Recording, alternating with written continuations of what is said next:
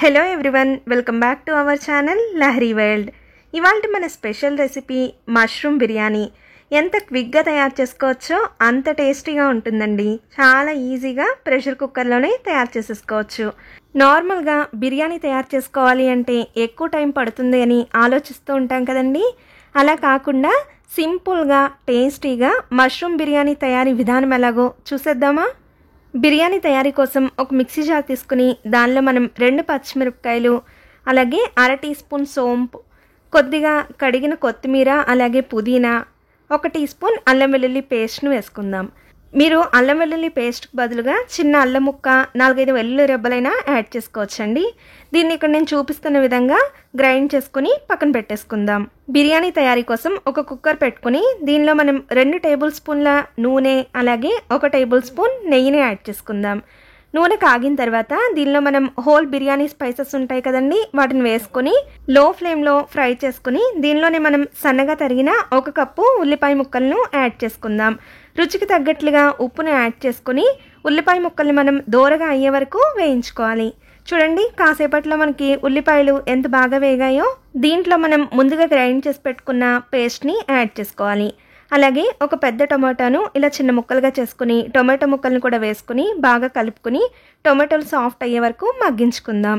టొమాటోలు సాఫ్ట్ అయిన తర్వాత 1 టీ స్పూన్ కారం, 1/2 టీ స్పూన్ గరం మసాలా పొడి, 1/2 టీ స్పూన్ పసుపు, 1 టీ స్పూన్ ధనియాల పొడి, 1/2 టీ స్పూన్ జీలకర్ర పొడిని యాడ్ చేసుకుని ఈ మసాలాలన్నిటిని ఒక 2 నిమిషాలు ఫ్రై చేసుకోవాలి.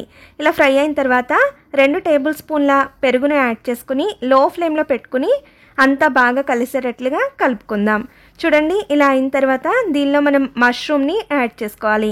నేను 250 గ్రాముల మష్రూమ్ని తీసుకున్నానండి. దీన్ని మనం నీట్గా క్లీన్ చేసుకొని ఇలా 2 ముక్కలుగా కట్ చేసుకుని మష్రూమ్ ముక్కల్ని దీనిలోకి వేసేసుకుని ఈ మసాలాలన్నీ మష్రూమ్ ముక్కలకు బాగా పట్టేటట్లుగా కలుపుకుని మూత పెట్టుకుని మీడియం ఫ్లేమ్లో ఒక 5 నిమిషాలు ఉడికించుకోవాలి.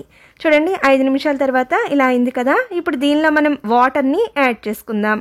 నేను ఇక్కడ చూపిస్తున్న గ్లాస్తో 2 గ్లాసుల నార్మల్ రైస్ తీసుకున్నానండి.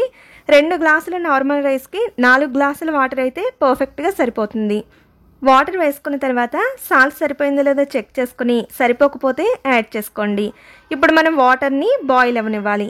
చూడండి, వాటర్ ఇలా మరుగుతున్నప్పుడు ముందుగా మనం కడిగి పెట్టుకున్న బియ్యాన్ని యాడ్ చేసుకుందాం. నేను 2 గ్లాసుల నార్మల్ రైస్ తీసుకున్నానండి. ఇప్పుడు దీంట్లోనే మనం కొద్దిగా పుదీనాను కూడా యాడ్ చేసుకుని మూత పెట్టుకుని మనం 3 విజిల్స్ రానివ్వాలి. మీరు నార్మల్ రైస్కి బదులుగా బాస్మతి రైస్తోనైనా ఈ బిర్యానీని తయారు చేసుకోవచ్చు.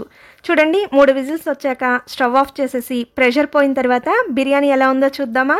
చూడండి, ఎంత పర్ఫెక్ట్గా, ఎంత చక్కగా మన మష్రూమ్ బిర్యానీ రెడీ అయిపోయిందో.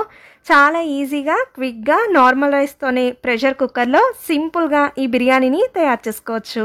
వేడివేడిగా సర్వ్ చేసుకుని రైతాతో తీసుకుని చూడండి, సూపర్ టేస్టీగా ఉంటుంది.